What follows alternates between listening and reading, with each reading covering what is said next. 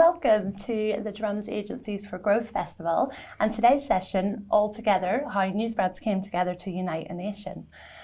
Now, this is sort of going to be the story of the news industry's single biggest collaboration, bringing together more than 600 national and local news brands to create the most important public interest campaign in a generation. So successful that it's still going 18 months on. So here to talk to me today, I have a great panel lined up. We have Joe Allen, CEO of Newsworks, Dominic Carter, Group Chief Commercial Officer at News UK, and Joe Lawrence, Managing Director of Partnerships at Telegraph Media Group. So I'm going to hand over to you. Set the scene for us. What's the campaign about? Where did the initial idea come from? And how did the pitch come together? Well, actually, Joe's probably best off talking about what the campaign's about because it was on multiple different levels. I think the idea came about because of obviously we're all aware of what happened at the pandemic and the beginning of the pandemic last year. A lot of cajoling had been done between the NMA, members of the NMA, and some outstanding ones in terms of Guy Black and David Dinsmore and Henry Ford Walker had been championing our medium to the government officials, including Michael Gove and the Cabinet Office. It was really important at that point to be able to, once the government had decided they wanted to run a campaign because they knew they had to drive behaviour change, for us to be able to pitch to them. I was just looking in my diary earlier on today as we were thinking about this session. The first pitch took place on a Friday, Good Friday. I'd taken a week's holiday. It was half term. That was my first day of my holiday, so we had to work all that Friday. We made a pitch in the afternoon or the evening to members of the office. In terms of Alex Aitken was the lead person who gave us the brief, and we made the pitch. We pitched again on Sunday, and we pitched again on Saturday, and then we pitched again on the Monday, and we agreed a deal. And then on the Friday, the following Friday, we brought together the whole team of people and the Team Nation, and the campaign started. So from 7 days, in 7 days over what should have been a holiday, over an Easter weekend, bank holiday weekend, we worked and we delivered something that started what has been a phenomenal journey in the last 18 months. And I think the challenge that they gave us was we have got these key messages that we need to get across to the great British public. We need to get these messages across, but we wanted them to be delivered in a sort of compassionate tone. Yeah. They wanted to make a big impact, but they wanted it done really quickly. And that's where we all sort of came together to deliver those messages, sort of at the pace of a newsroom, really, throughout. But it started off with the cover-up that first weekend, so as Dom says, 7 days after the brief. And then we've gone on, as I'm sure we'll talk about, to deliver many more briefs as well. And yeah, I guess what was really exciting is obviously Dom was there at the very beginning. I think I came in after about 10 days. And then at that point, once we got that first cover wrap on the newsstands, then we needed to pull together a team of people from all of the different news brands that would work as a central team, which we've called Team Nation, to hopefully represent our unity as all the news brands together and what needed to be delivered to the nation as a message as well. So it was about putting together a team really quickly that represented all the different skill sets of project management, strategy, insight, creative, content delivery. And it was just really exciting to have to put all of that together. Normally working very separately, most of us hadn't even met before, and actually still haven't really. Still haven't. Yes, that's the other thing. It's all been delivered sort of virtually throughout the whole time. And to be fair, we make it sound quite simple that all these things happened in such a short space of time. The reality is the number of meetings we had to get to, the way that we had to, all other publishers had to trust, the negotiators, if you like, the people that were going in to do the deal, to make the pitch, all that, to deliver that really quickly. In the way that we did over a bank holiday weekend, I think it's pretty phenomenal. As a set of publishers, to be able to do that, I think was just one. It's not career defining. But it's a one-off in your career today, in my career today, and I think for many of us, we've probably never done something that quickly, at that scale, and actually built a team around it, cross-publisher at the speed in which we did it as well. So. I think there's examples before of where, as national news brands, we'd collaborated. But I think you mentioned in your opening about 600 titles. This was national, regional, local, community titles. And not forgetting as well, we'd then got the team from Omnigov and also the Cabinet Office. So that was the Team Nation that we mentioned. So yeah, never met before. At one point in the campaign, so the first 6 months, we were delivering briefs every week. And I think before you'd have said, you can't do this, you've all got to be sitting together. But that first weekend, everybody was working at home. We hadn't even got contact details for a lot of people. So it was, that first week was a sort of a bit of a scramble, wasn't it? And then, to Joe's point, we then got the team set up, core team of 35 people, but the wider team is 500, sort of when on a weekly briefing calls, it's 600 titles that could be on there. So big machine. That is amazing. And I think it was also just quite reflective of the way that all brands have had to work through the pandemic, like unprecedented times, and having to figure out, with everything being disrupted and all of your normal working processes having to change, we had to figure it out kind of on the job, so to speak. But just so exciting to work, reflecting the way that our editorial teams work very much, with briefs changing constantly, as you could see in the news agenda itself. We knew what the broad principles were, but we had to be prepared to change things constantly depending on the news and public opinion as it shifted literally day by day for most of it. And hour by hour. I mean, I suppose that's Yeah. the other thing. I mean, you sort of, the defining moment of the campaign, in a way, is that at the start of it, it established the fact that there are no holidays, there are no differentiation between a Sunday, Saturday through to a Friday. It was all hours. People were working till 10 o'clock at night, 11 o'clock at night in some cases. It was always an always on, right from the start. Working over a bank holiday weekend, to then the campaigns in action, to the point of getting briefs and delivering and executing that brief and turning it into something that appears in paper or in digital the following day. It was pretty phenomenal, and that meant that people had to work all hours to do that. And all sides, both in Omnigov, in the communications office of the government, and also across all publishers. So it's to say, it's once in your career you're going to end up doing something at that scale for this length of time that we've done it in. And I think that once thing's really important. There was lots of firsts as well throughout this. So some of the titles had never done a cover wrap. Wow. As the government messaging changed in the different nations, in the different messages for Scotland and Wales, we had to suddenly, at a minute's notice, change content to reflect that. I think overall, our attitude was always, yes, of course we can do that. And then we sort of figured out how we were going to do it. So I think that's the thing that I'm most proud about, is that the agility that we worked at, the sort of speed, the agility, the flexibility. And if the client were in the room now, I think that's what they would say as well, just that nothing was ever too much trouble. We had a real can-do attitude, and we're determined to make it work, which we have. Brilliant, yeah, absolutely. So in terms of ahead of the campaign launch itself, you've sort of touched on a few of the challenges there, but what were the biggest challenges in terms of galvanizing teams across multiple publishers?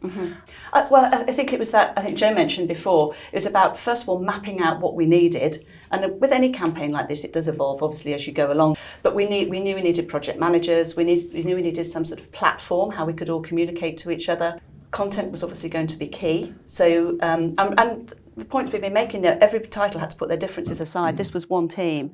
And I think if you would have come to any of those calls, you wouldn't have known that anybody was from a different, potentially competing title. Yeah. It really was one team and everybody was in it. So differences aside, everybody got on with it. And it could have been a challenge, but I think everyone's willingness to want to make it work was spot on, really, wasn't it? I think one of the other challenges was that the government clients were really clear that they needed to be able to demonstrate effective behaviour change. Right. So in terms of thinking about effectiveness, quite different from working with some of the brands we might normally work with.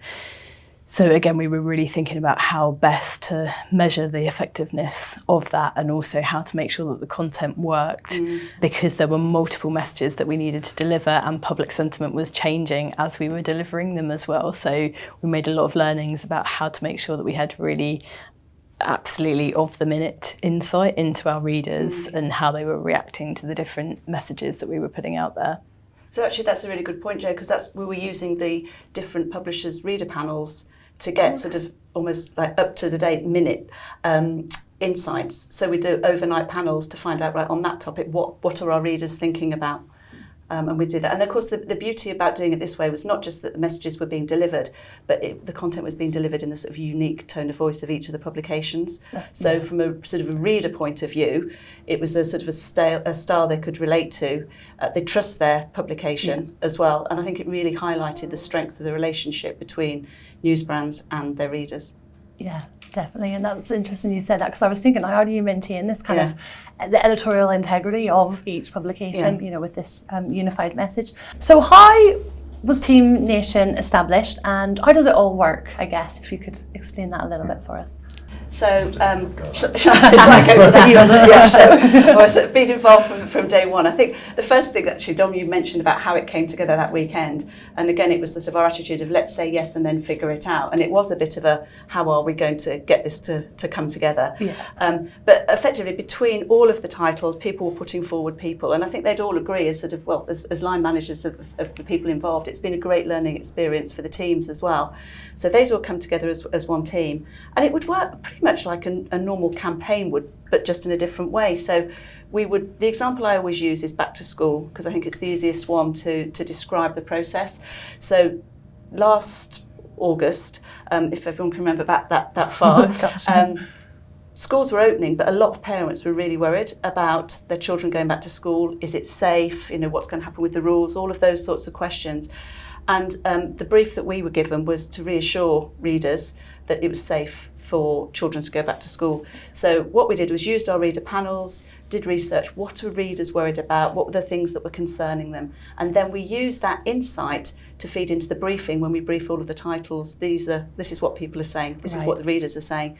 They all then write their own content, and then what we do after that is we research amongst the public to see, do you remember seeing this content, what did you think about it? I mean, the key things we look at are recall, awareness, trust, do you trust the information, and really importantly, behaviour change. So then what we can demonstrate to the government team is that as a result of reading that content, these readers feel much more confident about sending their children back to school. So that's the sort of the process. It's also worth pointing out, though, that I think right at the start, this was not well, certainly from our point of view, and I think with many other publishers, we looked for people that wanted to do this, that wanted to participate in the Team Nation campaign. It's really important it was really important, we knew it was going to be really important for the population at large anyway. So it's, in a way, you're not just driven by the passion of what you do for the business, but you're driven by the need of what you were actually going to do for the country, which was actually this behaviour change thing. And without it, who knows how bad it could have been. It could have been far worse. It was bad anyway, but it could have been far worse. And we believe that actually what we did was drive a significant amount of behaviour change, and probably better than anyone else could have done in the speed in which we did it. So I think that's that. You need people that are passionate about delivering as well, and that was the key thing, that once you've got a team of people that are passionate about delivering, you're going to make it a success. And one of the other things that I thought was really, since this is an event for agencies, I think one of the other things was that we mirrored the skill sets that we put in our central team as Team Nation. We mirrored those exact skill sets in the people at MGOMD's Omnigov unit as well. So, we partnered up our insight people from the news brands with the insight agency person, the strategist with the strategist, and that was so helpful to make sure that we were staying on track, and also that we were ensuring that everything we were doing in our partnership was complementary to the broader communication plan that they were running across other media channels as well, making sure that we were additive to that. So I think great collaboration between news brands, but also with the agency team, that made it so much easier to make everything work properly. And then of course with the clients themselves. Why news brands, and how was it tailored to different audiences? And I guess, most importantly, how did the readers respond? Well, if I take that last one first of all, in terms of how did they respond, so it's been running for 18 months. We've had 70 briefs that we've done, and over all of that time, the key things are recall, awareness, trust, and behaviour change. And there's absolutely no sign of fatigue. I mean, obviously some briefs perform better than others, but it's very much along. You can draw a straight line along, and it's consistently delivered, week in, week out, as it was at, sort of for a good year, delivering all those campaigns. I think on news brands, you say why news brands? I mean, it sort of relates to what I said earlier on. You've got journalism. Consumers trust, the products that they're reading, and they're making a choice about which one they're reading. And the fact that, we could do that irrespective of a leaning that any particular publisher, or any particular news brand may have had, it was sort of irrelevant. It was about how do you make sure that the message lands to the consumer, irrespective of their political leanings. And, because it's not about, at this point, it's apolitical. This is now we're trying to save a nation. And I think the importance of what we could do at news brands was reach people at scale that trust the publications, that believe absolutely everything in those publications, and that means that as a medium, we could do the persuasiveness, as you know, and that's what we achieved, and that's what's driven out such fantastic behaviour change results, you know, and recall results for the campaign. And I think one of the techniques that we used as well for every single one of those 70 briefs and counting, as Jo just said, we'd be really clear about the behaviour change that we needed to land for that specific messaging, back to school, vaccination, whatever it was. But then also we would make sure we used case studies that were relevant to that title and to that readership. So if it was using professions that resonated more with one title than another, or for all the local titles, making sure absolutely we always had locally relevant case studies, whether that was interviewing a local head teacher or a local business owner. And I think that also helped to make the content feel really relevant, which was part of central to the brief, I guess, for all of us. At the beginning as well, it was very much print and digital, but also throughout the campaign we have done a few videos as well, and they worked really well, particularly around key things. So it's around getting tested and having the vaccine. So using sort of celebrities in videos and streaming that worked well as well for us. Well, that's interesting. And actually, I was going to ask next, you know, how has the campaign evolved? You know, we go back 18 months, how that started out, turning it around from pitch to page in 7 days. How has it evolved since then? And I guess what's next? I think we found a rhythm of working, and the intensity of the campaign has obviously changed, you know, depending on time of the year. If you look at it more recently, there hasn't been that much to say, you know, as we've gone through the summer. Most of the debate has been around, you know, the red, amber, green. It's been about holidays, but there hasn't been much to say in terms of media activity. Yeah. You know, it's only now as we start to spark up again, and I think, you know, if you listen to the Prime Minister's session the other day, he talked again about, you know, getting people vaccinated, getting those that haven't been vaccinated. I think there's 6 million people in the country that haven't been vaccinated that have been able to. You know, we've got to get them. We're talking about the 12 to 15-year-olds. There's debates still around flu. So you sort of can imagine what the next wave is going to be when you listen to all those messages. So now we're in a period where I think we're about to see, you know, a bit of a step up again. But you know, there's been a lull, but the pace was intense, probably for about 6 to 9 months. And you know, and we've learnt a lot, and we've got smoother at being able to take the brief and execute. You know, so now it's, you know, it's quite easy, if you like, easy. Quite easy sitting here, but it's easier than it was. Definitely. You know, and that's a combination of pace and experience now that's enabled that. So I think you're saying about how it's evolved as well. At first, it was very much the messages, if you think of stay at home, stay alert, it was sort of very single-minded. And to Dom's point, now it's been more about focusing on sort of key policies or key messages. At first, there was so much to communicate, whereas now it's sort of just trying to really focus on those key messages that they want to land.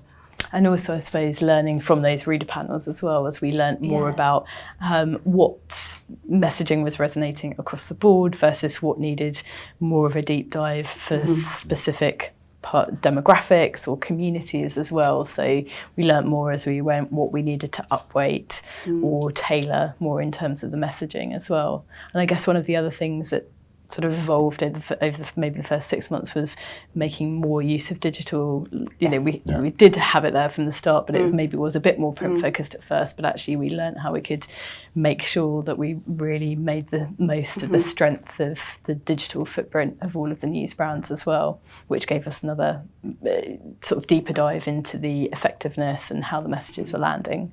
Yeah, and is there sort of like an end date in mind for this campaign, or is it just going to keep on going? Well, I think originally, was it 6 months originally? Was it 3 months even? it was 3 months. 3 months, It was 3 months, Yeah, so that was starting last already. April, and so it keeps on Keeps on going. going. Yeah. Yeah, look, let's be fair. I think from a personal point of view, we'd all want an end date. Yeah. Well, of course, yes, So- yes. But I don't think it's great for business. You know, we all want an end date to this. But the reality is, you know, we're here as long as, you know, as long as the government or any other client, by the way, for that matter, need us to operate in this way. You know, we have the capability and we've demonstrated we've got the agility, you know, to deliver on it.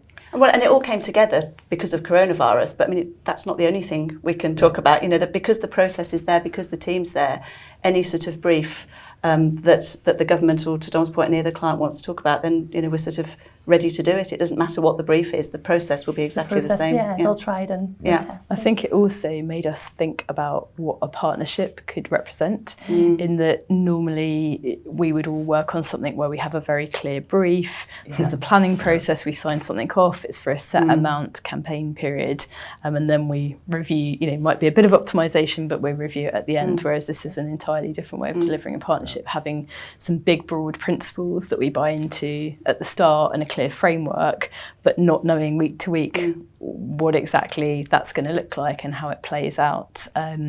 So I think there's something really interesting in how we think, this, obviously it worked for this unprecedented circumstance, but as Jo says, there's no reason why that couldn't work for other types of brands in other categories as well, where you think actually it's all about being really culturally relevant in the moment, and the overall behaviour or opinion change that you're trying to deliver, but you are very reactive to how what's relevant in that moment, which obviously again is something that news brands are incredibly strong at delivering. It's what they do day in, day out. Yeah. And that agility, so we always talk about acting at the pace of a newsroom. That's what we've done throughout the campaign. So that agility, that flexibility, willingness to change, it's certainly kept us on our toes, hasn't it? The sort of ever-changing brief. So, yeah. Oh, no, fantastic. So looking back now sort of to the beginning, through your journey, what's the biggest learning that you've you'll take away from this? And I guess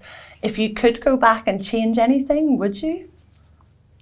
I don't know who wants to do that. I don't think we'd change much from the way we started. I think we've learnt a lot, but the biggest learning is we've done something that we've never done before. I think and we know how to do it now. But I think from where we started, I don't think we'd have changed anything, even to the point that we're at now. If you look back, would we have done something different? I might have chosen rather not to have those meetings, and I was supposed to be on holiday and I'm back holiday weekend. But the reality is, no, I actually don't think there is anything that we would have changed.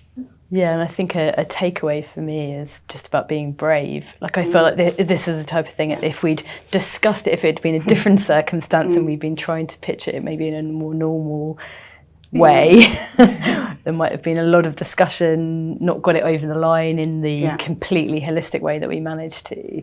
But actually that sense of, gosh, you never would have imagined that we could get something like this off the ground, but actually we just got stuck in straight away. And to be fair on being brave, I mean, it's us, but it's the client. You need brave Yes, clients. signed up for it and signed up to believed in it. A single medium to deliver something. And had it failed, things could have been terrible. And I'm not saying some things weren't terrible, but the campaign delivered on all measures. So that and I think that's the key thing. But that was brave. It was a brave decision from cabinet to to execute on this on this strategy. Yeah. I mean, I think back to the beginning, and whilst there was a lot going on, and that first week was full on, but I sort of look back at that now, it's also really exciting, to see everybody come together. And I think that's the biggest takeout for me, to be really proud of the industry that we work in and how everybody did come together. And it just makes me, sort of with a stakeholder business, it makes me really excited about what we can do in the future. So, we've done this, we can do lots more as a news industry. And sort of the message is, if anybody has got any challenges or briefs that they want us to work in this way, then, we're really happy to talk to anybody, because we've delivered week in, week out for 18 months. Everybody knows what they're doing, and it works. It takes the pain out. I think that's the other key thing.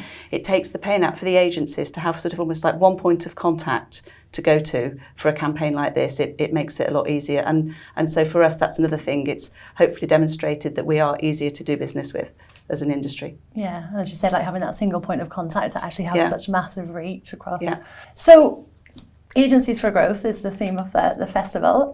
If you could leave our viewers with one key takeaway or a key message, some inspiration or anything to kind of summarise what we talked about today, what would that be? I think we've talked about it a lot. It's about collaboration. I mean, we never felt at any point that us as publishers were in conflict. We're on a day-to-day basis with either the agency or the client. We had to get something done, and it's that willingness to move forward that made it, that is constantly making it a success and has made the campaign a success today. And that collaboration, without any friction, is the thing that's made it successful. And I think if we can all work in that way, ultimately the client's needs are the most important thing. And if the publishers and the media owners and the agencies work together to deliver on a client, on a client challenge, we can achieve huge things, and that's what we've managed to do. So I think mine would be to reinvent the way we do partnerships, because it was both long term and in the moment in the same breath. So I think it should, if it's all about growth, which is what everyone's looking to now, then I think rethinking how we do those partnerships is a really exciting opportunity for all of us. And I think for me, probably a combination of what we've all said. So the fact that we are, as an industry, we are easy to do business with, and the sort of the scale we can achieve, the ability to target to the audiences, but also the agility. Yeah. I think that is probably what's made the campaign work so well. It's just that sort of ability for us to just move with the times and change constantly. So that's it, I think. That's what I'd say. Perfect. So I think we've all kind of learned from that. Collaboration seems to be the theme of the day. And yeah, hopefully you enjoyed that session. Thank you so much, Jo. Thank you. Dom, Jo, thank you. for joining us, and thank you at home for watching. You can access this content and all of the other sessions from our festival at thedrum.com/agencies for growth. See you soon.